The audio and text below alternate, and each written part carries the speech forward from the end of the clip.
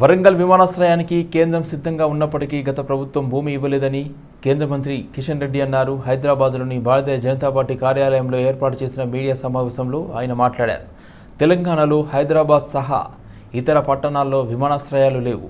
కేంద్రం ఎన్నిసార్లు అడిగినా గత ప్రభుత్వం భూమి ఇవ్వలేదన్నారు. కాజీపేట్ ఫ్యాక్టరీ నిర్మాణాన్ని కేంద్రం వేగంగా పూర్తి చేస్తుందని తెలిపారు. కాజీపేట్ యూనిట్ను కోచ్ వ్యాగన్ల నుండి ఇంజన్ల తయారీ వరకు నిర్మిస్తున్నాం. బడ్జెట్ కూడా 200 కోట్లతో ప్రారంభమై మరో 200 కోట్లు పెరిగింది. అయితే కాజీపేట్ రైల్వే పరిశ్రమతో దాదాపు 3000 ఉద్యోగాలు వస్తాయి. రాష్ట్రానికి అనేక కొత్త రైళ్లు మంజూరవుతున్నాయి. జోధ్పూర్, కచ్, అహ్మదాబాద్కు నేరుగా రైలు సర్వీసులు వస్తాయి. ఎంఎంటీఎస్ను యాదగిరిగుట్ట వరకు విస్తరించాలని నిర్ణయించామని తెలిపారు.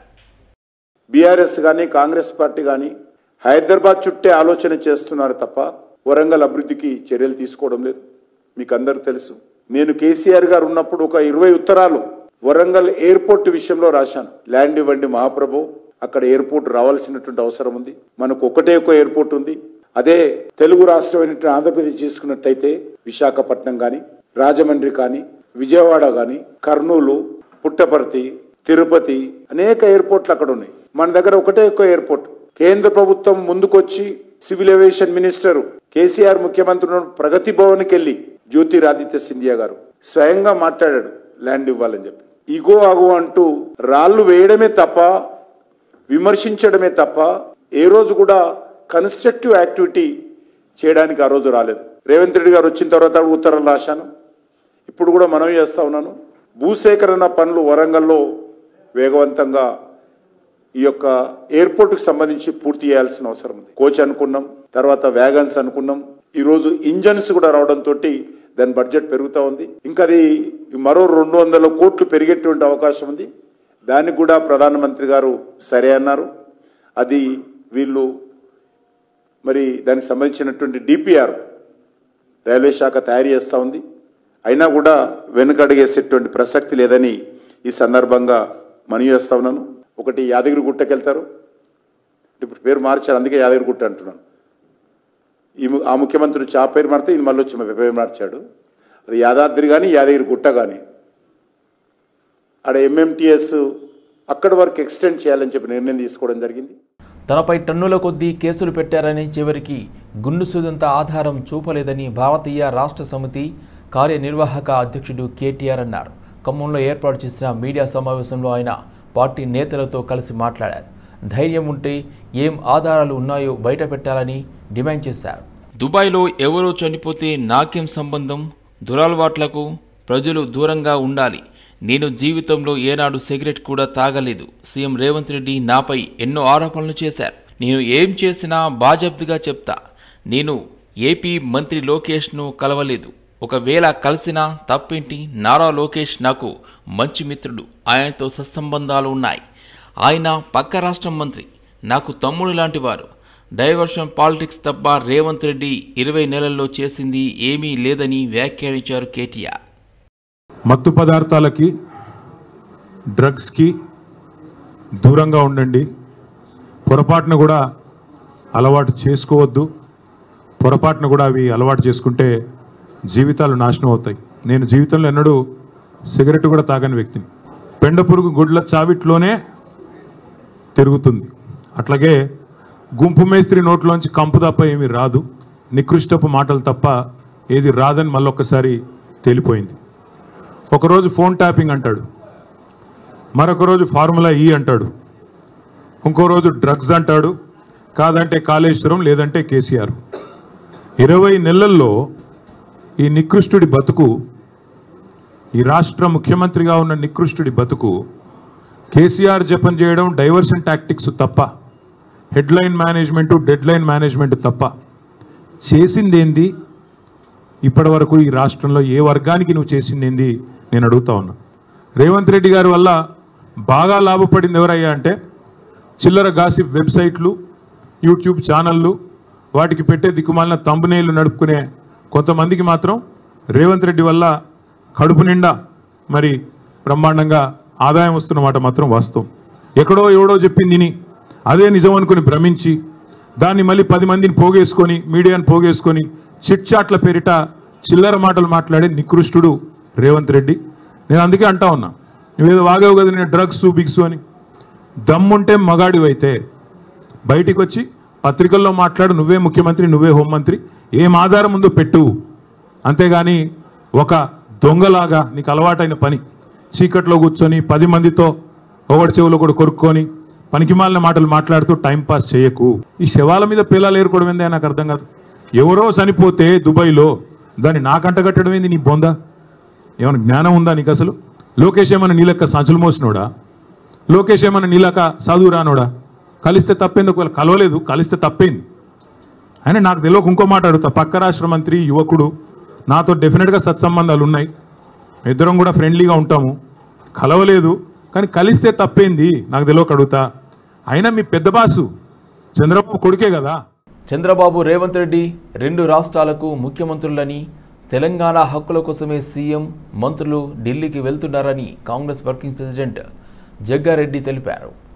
కేసీఆర్ది ఫామ్ హౌస్ పరిపాలన, రేవంత్ రెడ్డిది ప్రజా పరిపాలన అని స్పష్టం చేశారు. 2 రాష్ట్రాల అంశాలపై ముఖ్యమంత్రులు కూర్చొని చర్చించడంలో తప్పేముంది అని ప్రశ్నించారు. బీఆర్ఎస్ నేతలకు కళ్ళు దుబ్బాయని మండిపడ్డారు. బావా బాంబార్దులది పనికి మాలిన ఏడుపు అంటూ వ్యాఖ్యలు చేశారు. బీఆర్ఎస్ నేతలకు తెలంగాణ ప్రజల పట్ల బాధ్యత లేదని విమర్శించారు. మీరు ఫామ్ హౌస్లో పడుకున్నారని మమ్మల్ని కూడా ఫామ్ హౌస్లోనే పడుకోమంటారా అంటూ జగ్గారెడ్డి దుయ్యబట్టారు. ప్రజల అభివృద్ధి కోసము, ప్రజా సమస్యలు పరిష్కరించడానికి ఎప్పుడు తాను ఢిల్లీ వెళ్ళి ప్రధానమంత్రిని కానీ అక్కడ మంత్రులను కానీ ఎప్పుడు కూడా కలవలేదు. నంబర్ 3, ఆయన పర్మనెంట్ గా ఫామ్ హౌస్ కే పరిమితమైండు. నంబర్ 4, ఇది మీ నాయన చరిత్ర, కేసీఆర్ చరిత్ర. దీని మీద కేటీఆర్ గాని హరీష్ రావు గాని జవాబు చెప్పాల్సిన అవసరం ఉన్నది. మీ పాలన చక్కగా లేదు అనే కదా కాంగ్రెస్ కి అధికారం ఇచ్చారు. ఇప్పుడు ముఖ్యమంత్రి రేవంత్ రెడ్డి గారు, ఆయన బాధ్యత ఏంది? తెలంగాణ ప్రజల సమస్యల పరిష్కారము కేంద్ర ప్రభుత్వం ద్వారా తీసుకోవాలి. కేంద్రానికి ద్వారా నిధులు సమకూర్చే దాంట్లో ఢిల్లీకి వెళ్ళాలి. ప్రజల అభివృద్ధి పార్ట్ ఆఫ్ ఏదైతే ఉందో అది ఢిల్లీ కేంద్ర ప్రభుత్వం ద్వారా చేయాల్సిన పనులు కొన్ని ఉంటాయి. కాంగ్రెస్ గవర్నమెంట్ బాధ్యత నెరవేరుస్తుంది. తెలంగాణ ప్రజల బాధ్యతలు ఏమి, మా బరువు బాధ్యతలు ఏం పెట్టిరో అవన్నీ కూడా చూస్తున్నారు వాళ్ళంతా. మీరు ఫామ్ హౌస్ లో వండుకున్నాడని చెప్పి మమ్మల్ని కూడా ఫామ్ హౌస్ లో వండుకోవాలా ఏంది కథ? ఒక టర్మ్ అంతా కొత్త బిల్డింగ్ కట్టడానికినే తీసుకున్నావు సెక్రటరియట్. నువ్వంతా చెట్టుకోడు పుట్టకోడు అయిపోయాడు. ఆ శాఖలన్నీ ఏ గుట్టలు ఉన్నాడో తెలియదు, ఏ చెట్టు కాడు ఉన్నాడో తెలియదు, ఏ పుట్టలో కూర్చున్నాడో తెలియదు. 4-5 ఏళ్ళు సెక్రటరియట్లా. తెలంగాణ ప్రజలు 4 ఏళ్ళు కేసీఆర్ ముఖ్యమంత్రిగా ఉన్నప్పుడు అసలు 5 సంవత్సరాలు సెక్రటరియట్ ఆడున్నాడో లెంకుకోవడానికే పుణ్యకాలం అయిపోయింది. మీరేందా నీతులు మాట్లాడతారు? 2 బామ్మర్దులు పొద్దున్న లేవగానే ఏం ఏడిపాయి? మీ పనికిమాల ఏడిపి ఇదంతా. జలమండలి అధికారులు అక్కడ అధికారులు వాళ్ళు పిలిచిర్రు, వాళ్ళు 2 సీఎంలు కాబట్టి పోయిర్రు అంతేడా. సీఎం రేవంత్ రెడ్డిపై బీఆర్ఎస్ నేత శాసన మండలిలో ప్రతిపక్ష నేత మధుసూదనాచారి తీవ్ర విమర్శలు గుప్పించారు. రేవంత్ రెడ్డి శ్వేతపత్రాల సామ్రాట్ అని సెటైర్లు వేశారు. సీఎం అయ్యాక శ్వేతపత్రాల పేరుతో ప్రజలను తప్పుదోవ పట్టించారని మండిపడ్డారు. రేవంత్ రెడ్డి పరిపాలన చేస్తున్నారా, ఢిల్లీ పెద్దలను ప్రసన్నం చేసుకునే పనిలో ఉన్నారో అర్థం కావడం లేదని విమర్శించారు మధుసూదనాచారి. ఢిల్లీ పర్యటనలపై సీఎం రేవంత్ రెడ్డి శ్వేతపత్రం విడుదల చేయాలని డిమాండ్ చేశారు. రేవంత్ రెడ్డి ఢిల్లీ పర్యటనల వల్ల వచ్చిన లాభం ఏంటో ప్రజలకు తెలియజేయాలన్నారు. రాష్ట్ర ప్రజలను బలి ఇవ్వడానికే సీఎం రేవంత్ రెడ్డి ఢిల్లీ పర్యటనలు చేస్తున్నారని మధుసూదనాచారి ఆరోపించారు. గడచిన 19-20 మాసాల కాలంలో ఆయన దాదాపు 48-49 సార్లు ఢిల్లీ పర్యటించడం జరిగింది. ఈ ఢిల్లీ పర్యటనలన్నిటి మీద శ్వేతపత్రం విడుదల చేయాలని డిమాండ్ చేస్తా ఉన్నాం. ఎందుకంటే గతంలో ఎవరైనా ముఖ్యమంత్రి కానీ కేంద్ర ప్రభుత్వం దగ్గర పార్టీల దగ్గర అనేక అవసరాల నిమిత్తం పోయినప్పుడు రాష్ట్ర ప్రయోజనాల కోసం డిమాండ్ చేస్తారు, ప్రయత్నం చేస్తారు. గతంలో ఉన్నటువంటి వాళ్ళందరూ అనుసరించినటువంటి విధానం అది. కానీ ఈరోజు తెలంగాణ ముఖ్యమంత్రి రేవంత్ రెడ్డి గారు రాష్ట్ర ప్రయోజనాలను పరంగా పెట్టడానికి బలిపెట్టడానికి ఢిల్లీ పర్యటన చేస్తా ఉన్నట్టు కనబడతా ఉన్నది. నిన్నగాక మొన్న మనకచర్ల గోదావరి కృష్ణా విషయంలో అసలు ఆ అంశమే ప్రస్తావనకు రాలేదు అని మభ్యపెట్టి నమ్మించేటువంటి ప్రయత్నం చేస్తే ఆంధ్రప్రదేశ్ ప్రభుత్వం మొదటి ఎజెండాలో అంశంగా దాన్నే ప్రస్తావించడం జరిగింది అనేటువంటి మాట మాట్లాడుతున్నది. అంటే ఇంత అద్భుతమైనటువంటి శాస్త్ర సాంకేతిక పరిజ్ఞానం, ప్రతి విషయం నిమిషాలలో బాహ్య ప్రపంచానికి తెలుస్తున్నటువంటి సందర్భంలో కూడా ఇంత పచ్చి దగ, పచ్చి మోసం, రాష్ట్ర ప్రయోజనాలను పనంగా పెడుతున్నటువంటి నిర్వాకాన్ని ఖండిస్తున్నాం. అందుకనే శ్వేతపత్రం విడుదల చేయాలనేటువంటి డిమాండ్ చేస్తా ఉన్నాం. సీఎం రేవంత్ రెడ్డి దెబ్బకు కుదేలై మాజీ సీఎం కేసీఆర్ ఫామ్ హౌస్లో కూర్చున్నారని ఎంపీ చామల కిరణ్ కుమార్ రెడ్డి అన్నారు. ముచ్చటగా మూడోసారి అధికారంలోకి వచ్చి మరింత దోచుకుంటామని కలలుగన్న కేసీఆర్ కుటుంబం ఆలోచనలను ప్రజలు ముందే గ్రహించి వారిని ఇంటికి పంపించారని ఎద్దేవా చేశారు. ఆయన రకరకాల డ్రగ్స్ తీసుకొని ఓవర్డేస్ అయి చచ్చిపోయినట్టుగా నిర్ధారణ జరిగినప్పుడు మరి కేసీఆర్ గారి స్నేహితులు, కేసీఆర్ గారికి అత్యంత సన్నిహితులు ఈ దౌర్భాగ్య పరిస్థితిలో చనిపోతే ఎవరికైనా డౌట్ వస్తుంది కదా, మన సర్కిల్ అంతా ఇంతేనా, మనం కూడా దాంట్లో ఒక భాగస్వామేనా అని అడగడంలో తప్పే ఉంది. మరి దాన్ని ఇప్పుడు మళ్ళా చెప్తున్నాడు, బొచ్చు అని 5-6 సార్లు చెప్పిండు. ఆ బొచ్చిన తర్వాతనే అనిపించింది మధ్యాహ్నం మళ్ళీ 3 ఫుట్ మీకు మిలాకే అని. అరే బైపాస్ సూర్యాపేట బైపాస్ మీదకి వెళ్ళి ఖమ్మం పోవాలనుకుంటా. ఈ మధ్య కొత్తగా హైవే పడదు, ఆ మూల మీద డాబాలు బాగుంటాయి. మరి ఆడేనన్నా కలిసి అయింది, వీళ్ళు కలిసి 2 వేసుకొని బయలుదేరిండి ఆయన ఖమ్మంకి. ఎందుకంటే లైనింగ్ సరిగా లేదు. నార్మల్గా చాలా బాగా మాట్లాడతారు కేటీఆర్ గారు, ఇలా లైన్ తప్పి మాట్లాడుతున్నట్టు క్లియర్ గా కనపడుతుంది. హెలికాప్టర్లో పోయింది డైరెక్ట్. మరి హెలికాప్టర్లో పోతే మరి అప్పుడు హెలికాప్టర్లో ఎవరెవరు పోయారో చూడాలి మిక్సింగ్ కి. రోజు రచ్చ, చర్చలు లేవు, రచ్చ అని నువ్వా చెప్పేది తెలంగాణ ప్రజలకు? 10 సంవత్సరాల్లో అసలు చర్చ లేని అసెంబ్లీ నడిపింది నువ్వు. చర్చలు లేవు, ఓన్లీ రచ్చలే వీళ్ళకు ఒక అవగాహన లేదని చెప్పి నువ్వు తెలంగాణ ప్రజల ముందు మమ్మల్ని నిలదీసే ప్రయత్నం చేస్తున్నావు. మాది మానసికం బాలేదని చెప్తున్నావు. మా మానసిక ఆలోచన నిన్ను చూస్తే క్లియర్ గా కనపడుతుంది. పగటి కళ్ళ కన్నా నువ్వు ముఖ్యమంత్రి పదవి రాకపోయేసరికి ఏడబడతాడ ప్రెస్ మీట్లు, 3 పూటల ప్రెస్ మీట్లు పెట్టి నీ ఆనందం, నీ ఉత్సాహం. ఇలా ముఖ్యంగా నీ ప్రెస్ మీట్ చూసినప్పుడు మీరే ఒకసారి చూడండి. ప్రెస్ మీట్ చూసినప్పుడు ఒక కాగితం మీద రాసుకొని వచ్చిండు 5-6 సామెతలు. మొదలుపెట్టి 5 సామెతలు చదివాడు. ఏది కిందికి చూసుకుంటాడు అది. ఇక దాన్ని మస్తు జబ్బలు దరుచుకొని జబ్బాషా అని స్టార్ట్ చేసాడు ప్రెస్ మీట్. మంచిగా మాట్లాడినా, మస్తు సామెతలు వేసినా, రేవంత్ రెడ్డిని బలి ఇరికాటంలో పెట్టినా అని 4 సామెతలు చూడండి మీరు. మళ్ళీ ప్రెస్ మీట్ రివర్స్ వైజ్ చూడండి. గ్లోబల్ వార్మింగ్ నేపథ్యంలో గ్రీన్ హైడ్రోజన్కు ప్రాధాన్యం పెరిగిందని, విద్యుత్ తయారీ సంస్థలు దీనిపై పరిశోధనలు చేయాలని ముఖ్యమంత్రి చంద్రబాబు అన్నారు. అమరావతిలోని ఎస్ఆర్ఎం యూనివర్సిటీలో ఏర్పాటు చేసిన గ్రీన్ హైడ్రోజన్ సమ్మిట్లో సీఎం పాల్గొని ఎనర్జీ కంపెనీల ఎండీ, సీఈఓలతో ప్రత్యేకంగా సమావేశమయ్యారు. ఈ సందర్భంగా చంద్రబాబు మాట్లాడుతూ, మీ ఆలోచనలు వినడానికి, ఆవిష్కరణలు తెలుసుకోవడానికే ఇక్కడకు వచ్చాను. విద్యుత్ సంస్కరణలు మొదట ప్రారంభించింది నేనే. 1999లో మొదటిసారి అమలు చేశా. సంస్కరణలు అమలు చేసిన కారణంగా అప్పట్లో అధికారం కోల్పోయాం. తక్కువ ఖర్చుతో హరిత విద్యుత్ తయారీ, స్టోరేజ్పై దృష్టి సారించామన్నారు. When I was Chief Minister of Andhra Pradesh, 50% of time, whenever there is a session, we are having a budget session in March.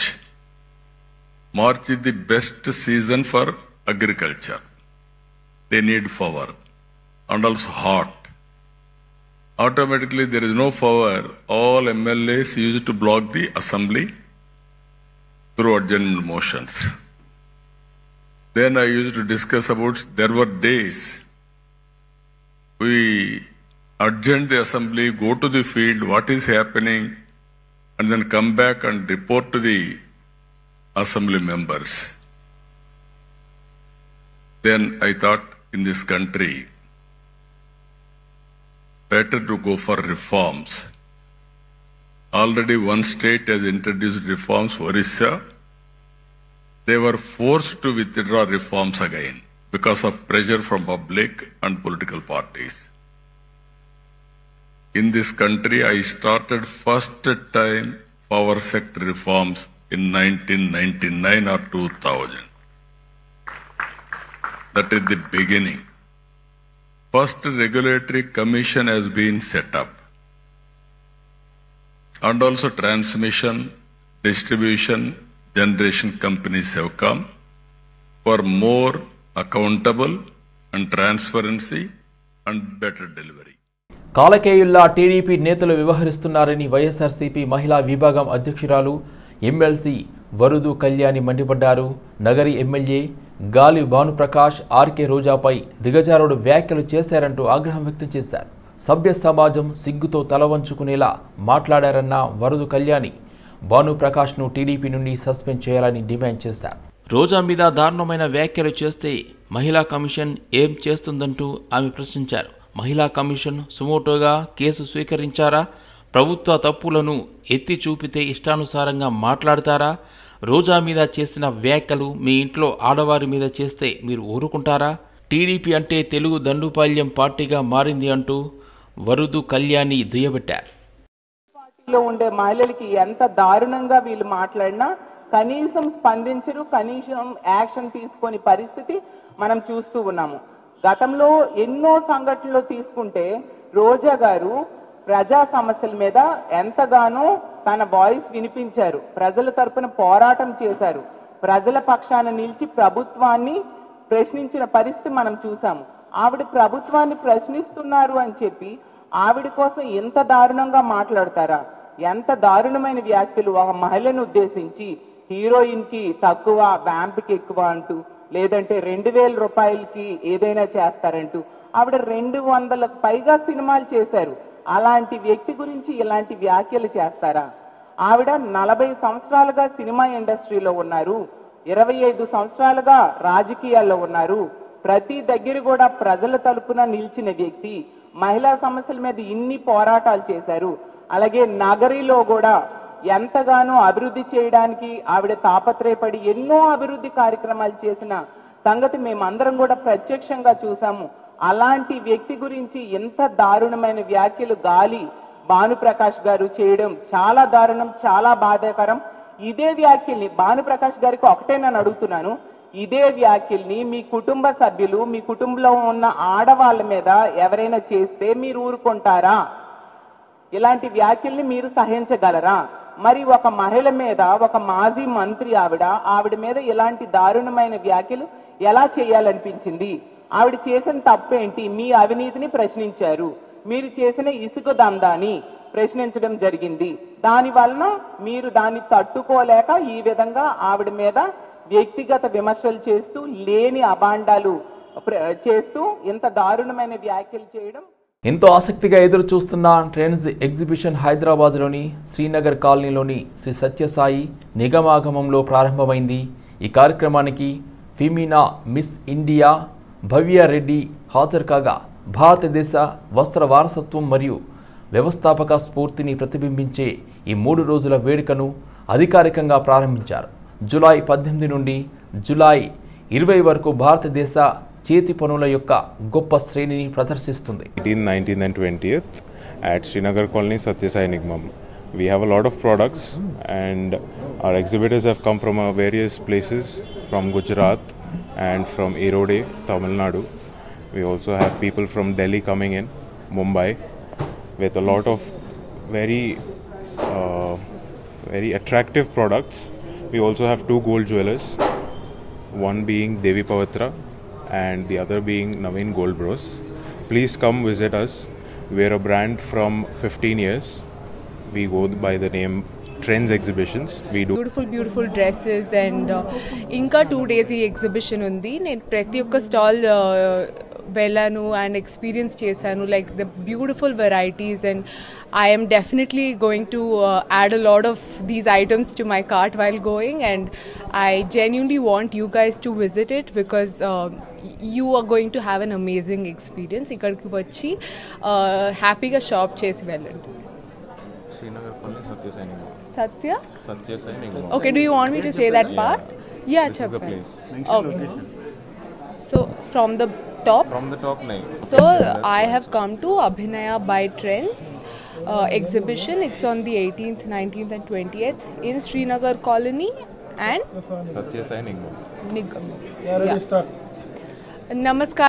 హైదరాబాద్లోని పలు ప్రాంతాల్లో భారీ వర్షం కురుస్తుంది. జూబ్లీ హిల్స్, మణికొండ, మాదాపూర్, హైటెక్ సిటీ, కొండాపూర్, శేర్లింగంపల్లి, హకీంపేట్, కంటోన్మెంట్, ఖైరతాబాద్లో భారీ వర్షం కురుస్తుంది. ఆయా ప్రాంతాల్లో జనజీవనం పూర్తిగా స్తంభించింది. హైదరాబాద్ నగరంలో పలు ప్రాంతాల్లో కుండపోత వర్షం కురుస్తుంది. జూబ్లీ హిల్స్, ఫిలిం నగర్, మెహదీపట్నం, మణికొండ, టూలీ చౌకీ, షేక్పేట్, గోల్కొండ, అత్తాపూర్, లంగర్ హౌస్, బంజారా హిల్స్, తార్నక, ఓయూ, నాచారం, మల్లాపూర్, హబ్సిగూడ, కూకట్పల్లి, కేపీహెచ్బి, నిజాంపేట్, మియాపూర్, మూసాపేట్ సహా బాలానగర్, సనత్ నగర్, ఎర్రగడ్డలో భారీ వర్షం కురుస్తుంది. అలాగే మాదాపూర్, హైటెక్ సిటీ, కొండాపూర్, శేర్లింగంపల్లి, హకీంపేట్, కంటోన్మెంట్, ఖైరతాబాద్లోనూ భారీగా వర్షం పడుతుంది. ఆయా ప్రాంతాల్లో జనం అవస్థలు పడుతున్నారు. మరోవైపు వాహనదారులు తీవ్ర ఇక్కట్లు పడుతున్నారు. లోతట్టు ప్రాంతాల్లో ఎక్కడికక్కడ ట్రాఫిక్ నిలిచిపోగా పలువురు మెట్రో పిల్లర్ల కింద తలదాచుకున్నారు. కాగా వర్షం నేపథ్యంలో అధికారులను జీహెచ్ఎంసీ అప్రమత్తం చేసింది. వర్షం తగ్గేంత వరకు ఇళ్ల నుంచి బయటకు రావద్దని ప్రజలకు సైతం సూచనలు చేసింది. ఇలా ఉండగా తెలంగాణలో 2 రోజుల పాటు భారీ వర్షాలు కురిసే అవకాశం ఉందని వాతావరణ శాఖ తెలిపింది. రేపటి వరకు తెలంగాణ వ్యాప్తంగా పలు జిల్లాల్లో వానలు కురవనున్నట్లు వెల్లడించాయి.